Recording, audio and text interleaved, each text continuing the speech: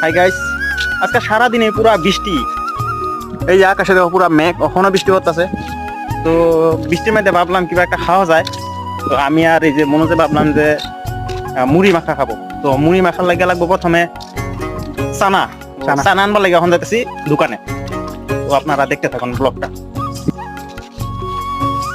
তো বন্ধুরা দোকানটা লই নিলাম দেবী চানা 2 প্যাকেট, তারপরে 32 আনা 1 প্যাকেট, আর 2টা ভুজিয়া প্যাকেট। ঠান্ডা হইব মিনি ব্লগটা নাকি? হ্যাঁ